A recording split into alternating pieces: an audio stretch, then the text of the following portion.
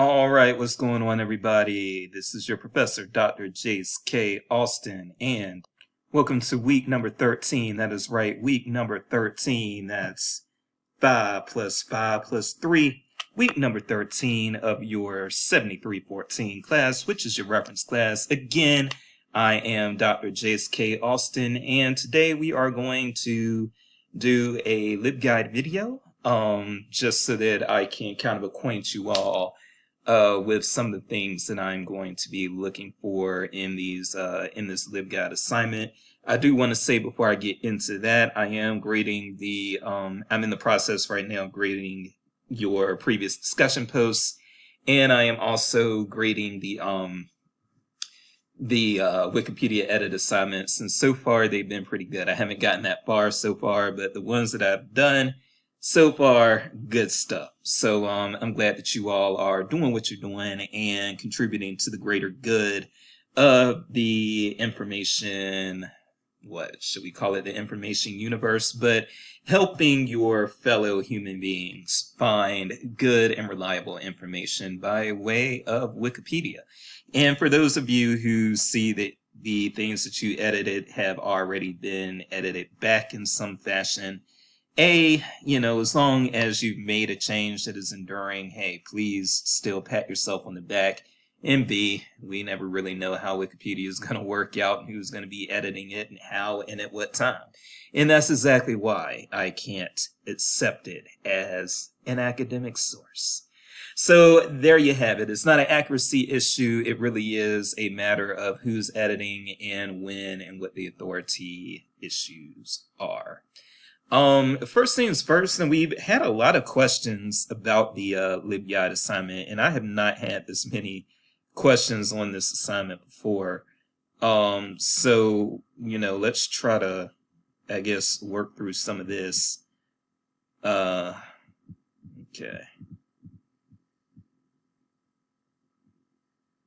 All right. So if you go to the questions area of the course, you'll see that there are quite a few questions being asked about the LibGuide. I'll address some of those right now. I'll reiterate these in the space of this video so that it doesn't go unnoticed in the questions section. So for one thing, when I say open web here, I am talking about sources that can be accessed without a login and without payment or anything of that nature. So something that you just Google and it's right there, and it's not part of library services, and it doesn't require any sort of payment or login or anything. That would be open access, open web type sources. And I am asking that you limit yourself on those, because we are trying to highlight our library sources in our LibGuides. So that's that. Let's see.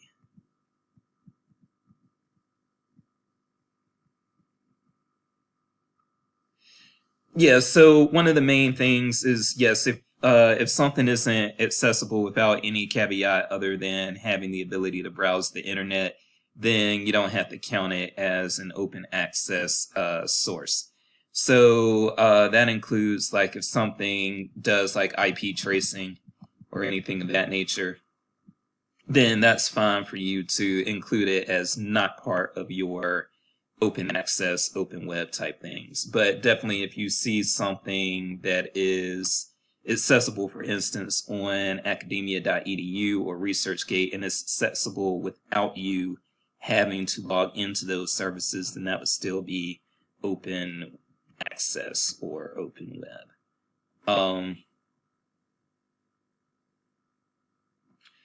Books, no matter what, even if you have a book that the entire ebook is online, free of charge, like for instance, David Lankes came up in my other class this semester, and his book, The Atlas of New Librarianship, the whole thing is online through his website. But still, as a book, you still don't have to count that as open access because it was published in print first. Okay, so that is something.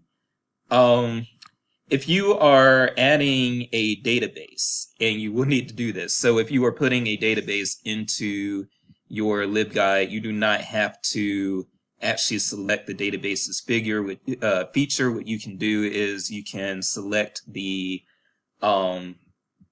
you can do the add link feature, and then you can make the link your proxy link to that database from whatever library you are proposing that you're doing this LibGuide for. Okay, so you don't have to do the add database feature. You can do the add link feature, and then you can put the name of the database in where it's asking you for the name of the database, and then when it's asking you for the URL, then you just put the proxy link to that database. Okay, and that's the easiest way to take care of that. One moment.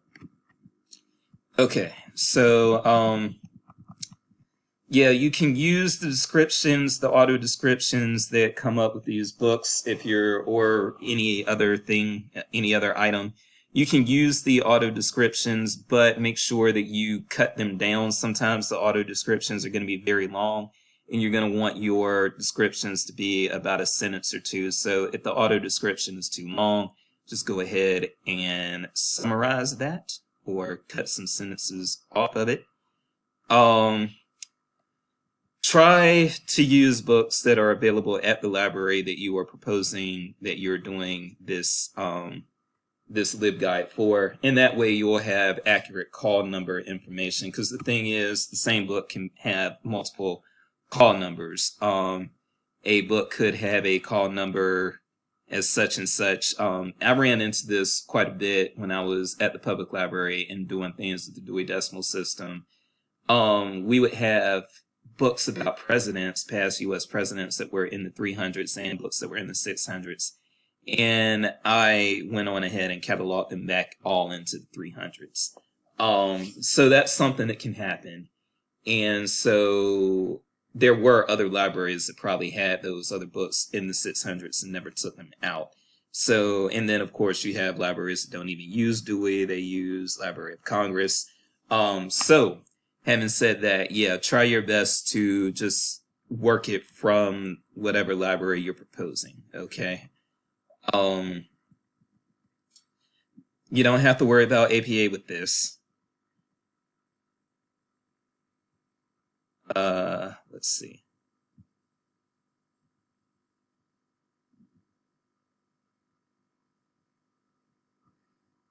Yes, if you have things that are from that aren't available at Mizzou, but you're proposing to make this LibGuide for Mizzou, but then they are available at other libraries, yeah, it's fine. Just make a note of it.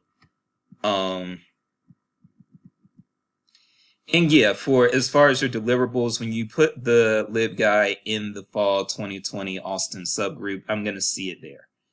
But for your submission portal, if you want to just type in the link to the database, the link to the LibGuide, that is absolutely fine. That'll take care of everything. I will message you if I'm not able to locate your LibGuide, so don't freak out there, okay? So those were some questions that I got in class. Let's go to something else now.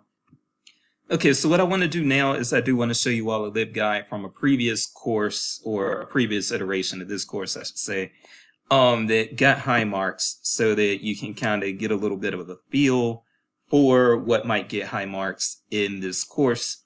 What I don't want you all to do is overthink or panic towards things, okay? This is you'll get better at LibGuides as you do them more often, okay? That's one of the main things that I just want to drive home. So there's no need to panic or feel that the sky is falling. Whenever you're making something for the first time, and that's going to happen to you a lot in your library career, there is going to be some discomfort, there are going to be some growing pains, etc., and some anxiety.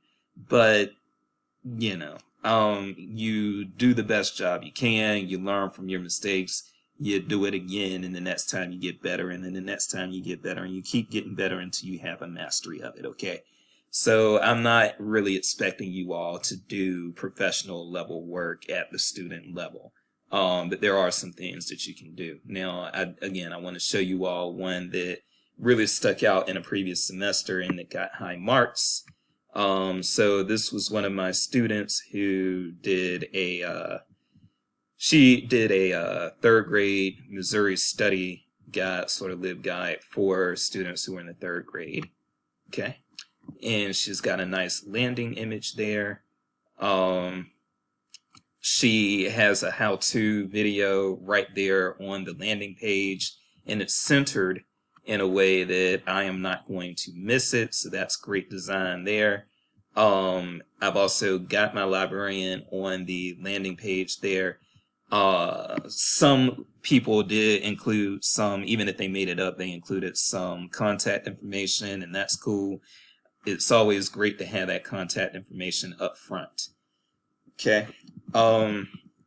Teacher resources, she puts that there, and one thing that you notice is I don't have to scroll down a whole heck of a lot to view the contents on this tab, this being the home tab. So I don't have to scroll down a lot, so that's good. History and culture, so she's got her sources divided up into tabs, and the tabs are very logically ordered. So like when she has to do biographical things and that sort of thing, she's got those under people. Has some information about, I know she's got some information about Harry Truman. You gotta have that. Geography, so different things that she would need to have there. She puts there government and economy. Combine those, especially know your audience. So if you're dealing with third graders, then yeah, you can probably combine government and economy because they're not going to really know much about the economy really in third grade. Generally, history and culture, and as you can see, again, I don't have to do a whole heck of a lot of scrolling. We don't have the call numbers here, but if you can, again, if you can have the call numbers, like you got a call number there. If you can include your call numbers, it's great. It's very helpful, but there are going to be times when that can't happen. But even having the book preview, the covers there, that's good. I think that some of these probably had longer auto descriptions and she shortened them. So that's another thing to do. You don't want to bombard people with a lot of text in a LibGuide. And so there were some other things that she probably could have done with this, but didn't, but this still got very high marks. Now, if she wanted to be creative, she could have put a color scheme in here. She could have done some different things for aesthetic appeal that she did not do, but that's fine. Again, this is starting out. And this is, you know, for a student level LibGuide, I would say that she's done a very good job here. In this case, I do say that the horizontal tabs are good. Sometimes you'll have people do vertical tabbing, and that's better for certain subjects. But I'm going to let you all feel that out yourselves and decide whether or not the vertical or the horizontal tabs are the best for you and what you're trying to do. Okay? Let's see what else we can do here. I'm going to now show some examples of some LibGuides that I found over the web that I thought were good, bad, or whatever. First, I'll show you my favorite LibGuide. So this is the primary sources LibGuide at UC San Diego, and if you want to look at this yourself, all you have to do, well, there's a hyperlink right there, but you can also Google primary sources LibGuide UC San Diego, and it'll take you right here.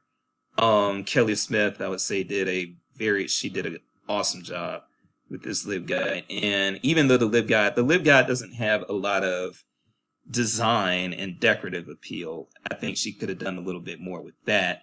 But what Kelly did do that I think is pretty awesome is she has a lot of tabs, as you can see, but you can highlight a lot of these tabs and then scroll. You will hover and a drop-down menu will come and you can focus specifically on one subgroup within that tab. But all of her sources are very logical within the tabs, and then she's further got things just designed by boxes, and the boxes are good. She has style manuals that are useful. She groups key sites together in a logical way. And again, on the landing page, she does have her contact information. And again, I think that's one of the best practices there. And then as you go to different tabs, you'll see different resources.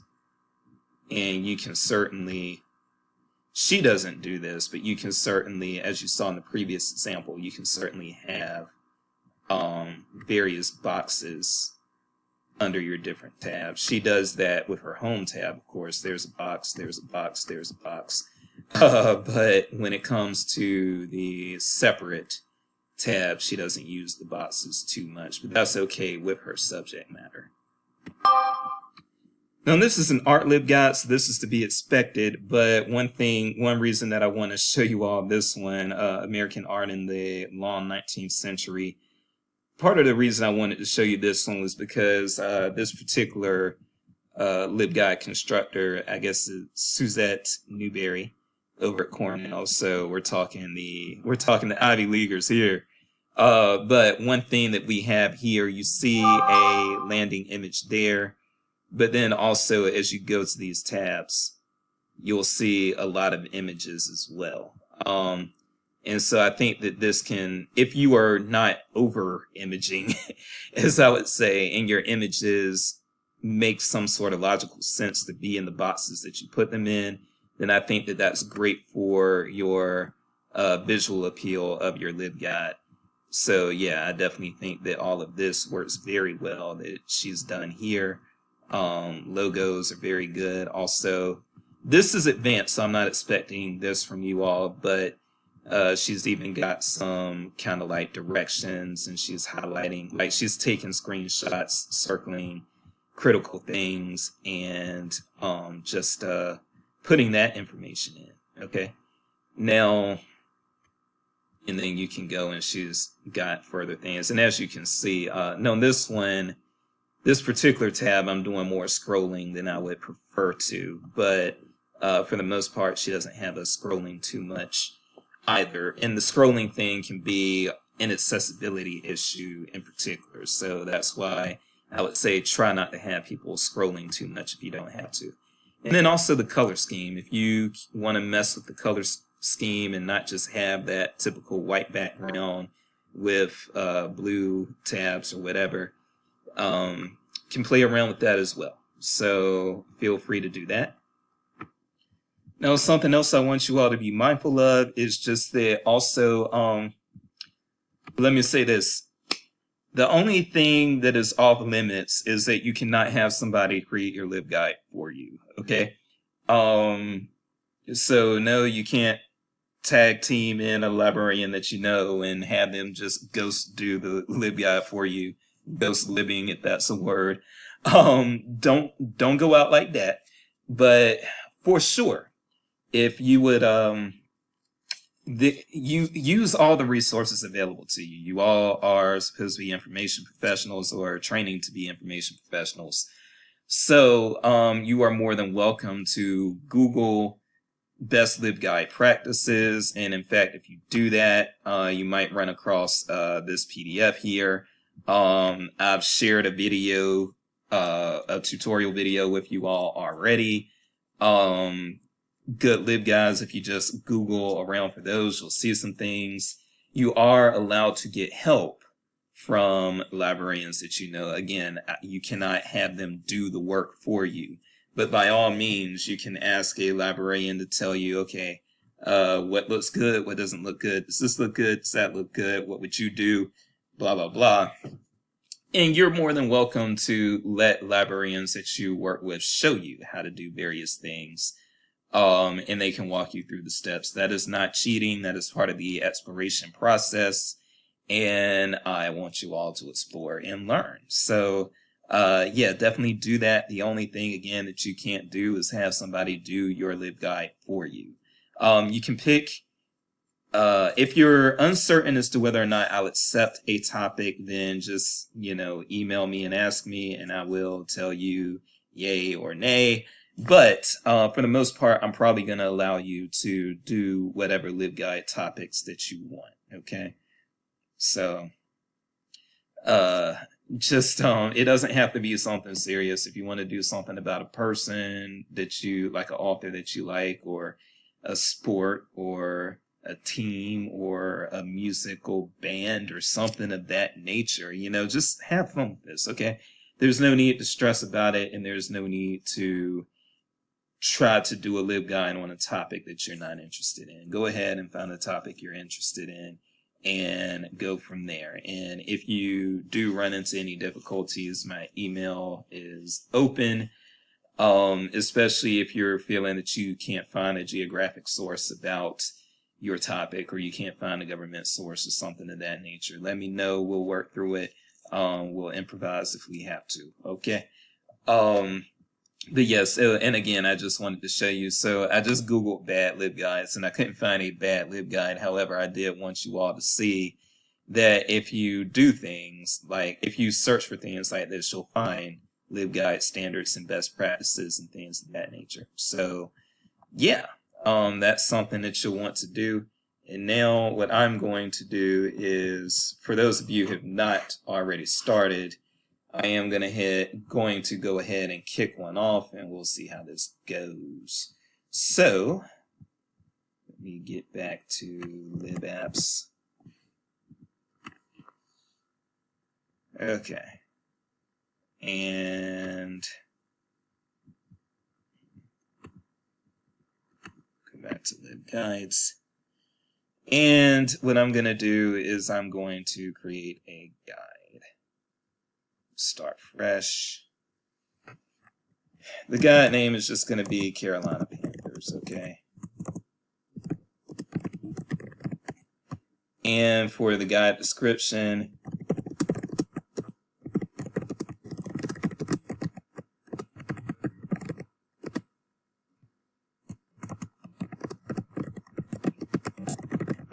so one thing that I want you all to know is I'm going to be doing something very basic right now. In order to get full points, don't go for the basic. I'm just kind of showing you this so that you can get started.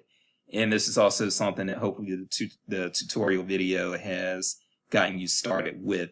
But I'm just doing this to get you all started right now. But what I'm expecting from you all is going to be something that is a little more in-depth. A little more robust, or perhaps a lot more robust actually than what I'm about to do right now. But this is, again, just to get you all just kind of going. The type, you can leave it as general purpose if you like. You are going to need, this is a big deal, in the group assignment, yes, put it in Austin Fall 2020. Otherwise, I'm not going to see it.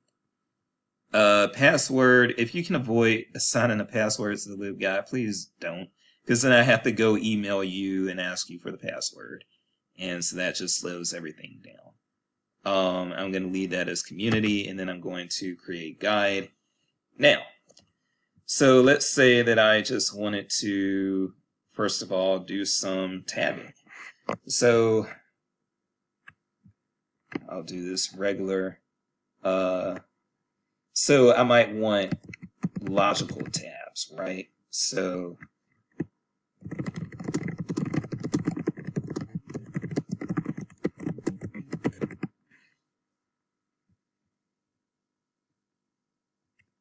I'll put that there. And then let's say, because I'm just going to do two simple tabs right now. Let's say coaches.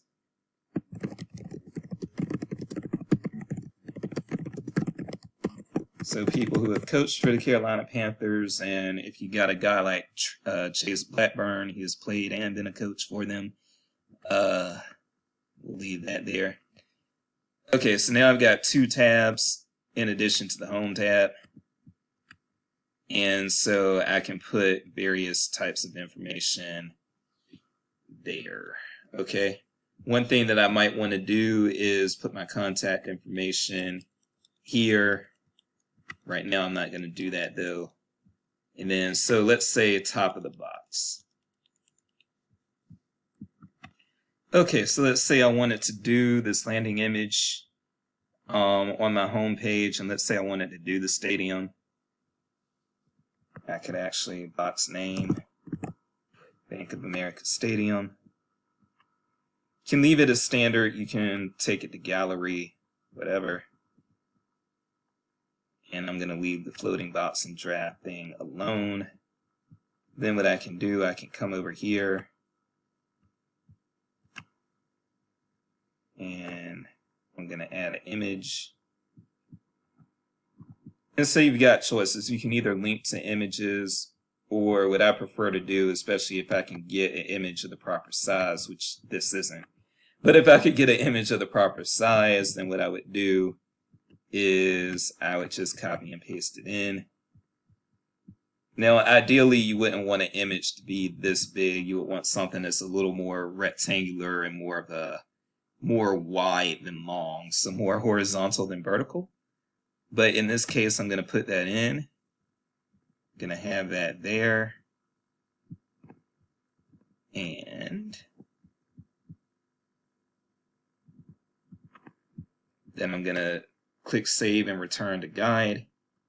And so now, like if this were an image that weren't as long, as tall, then I wouldn't have to do a lot of scrolling to get down to my next boxes. Unfortunately, I have picked an image that is so long that, and you might want to crop these images. So that's always an option. If you can actually crop in Paint now. You don't even need Photoshop. You can crop in Paint and some of these other picture viewer things, okay? Because you're probably going to want an image that will not have you scrolling too hard or too long. And I have to do a lot of scrolling in this case. Now, let's say I am going to add a box, and let's just call it history here.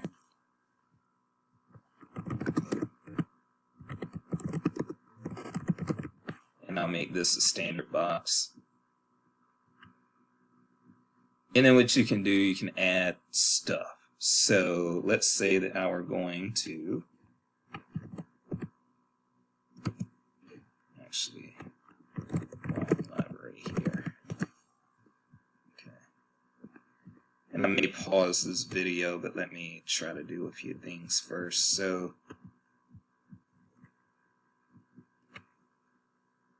I'm just going to go in Academic Search Complete for right now. And or Academic Search Premier. Okay, so let's say I have Carolina Panthers and history.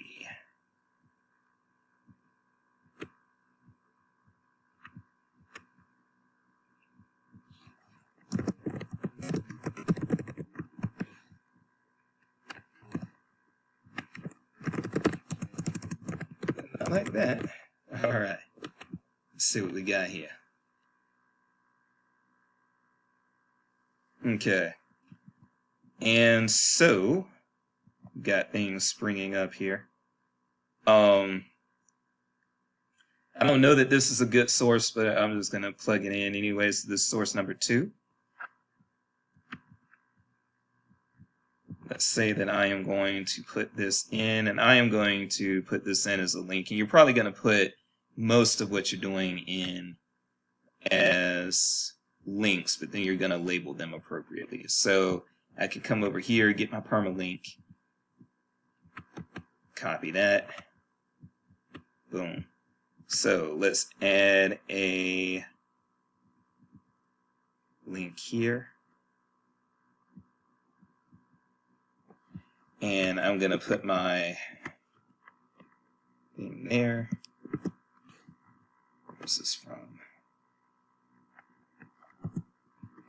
Again, I'm just doing stuff that's very basic right now, but I'm expecting things that are a little more fleshed out from you all.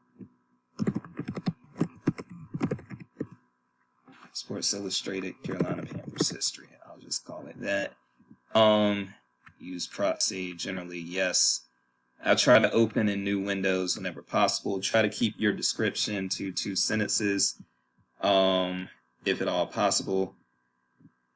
In this case, we've got a very short abstract, so I'm just going to plug that abstract in, and then, yeah, you can do the hover features and that sort of thing if you want to as well. So I've got that, and then, you know, then you can create another box that's going to be next to that box, and Stadium of Carolina Panthers, and click this, and then again, probably just add a link, and let's see, just put Bank of America Stadium. Oops, Bank of Stadium. Bank of America Stadium. We're gonna get this in. Okay. I don't think I'll get this as a subject anywhere. Nope. Okay. Actually, let me go for title. All right, and we got 8 things. And again, what I'm going to do is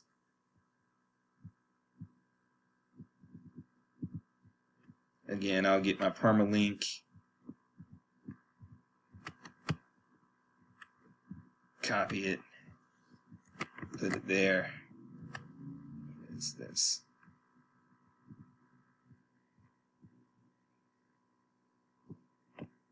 Sometimes you're going to want to shorten titles. I am going to go ahead and put this entire title in. Again, use proxy.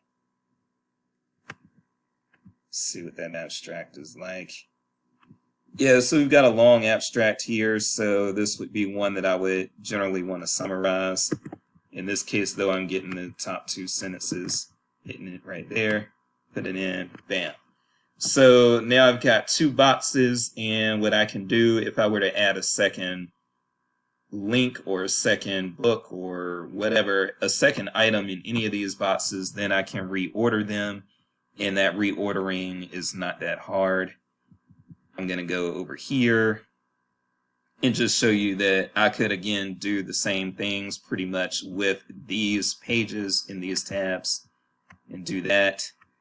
What I am going to do right now though is, let's see, what we will do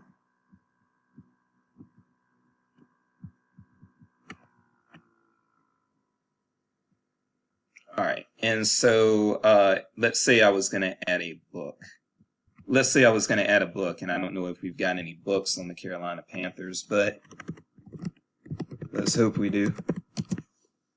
I think we did at one point. All right, so if I am, let's say I'm going to go into the catalog, find a specific book. Oh, Lord. Okay.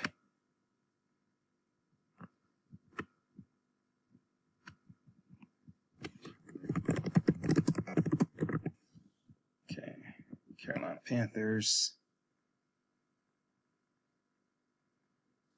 All right, and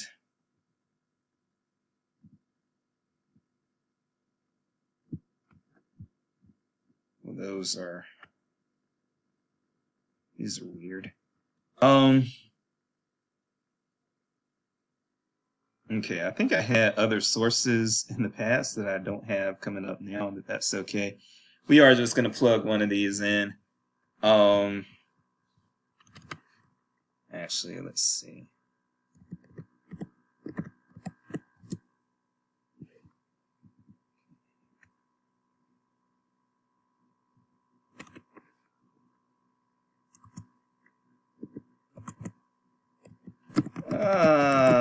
Because I don't want to hold this up too long. I am just going to pick one of these results again because I'm doing this kind of on the fly here. So let's say that this were, and this is totally off topic, but let's say that it weren't. So let's say that Her Best Shot, Women and Guns in America. Let's say this was the one we wanted. then what I would be able to do is, my go-to is to try to find that ISBN. So I find this ISBN, bada bing, try to put it in there, see if my book info comes up. Okay. Sometimes you will have to add the other information back in, especially if you're doing this for a library other than Mizzou. This may come up, so I'm going to have to put in the call number myself. Sometimes also you'll have to put in the hyperlink yourself, and with the Mizzou catalog, the hyperlink is down here, this permalink.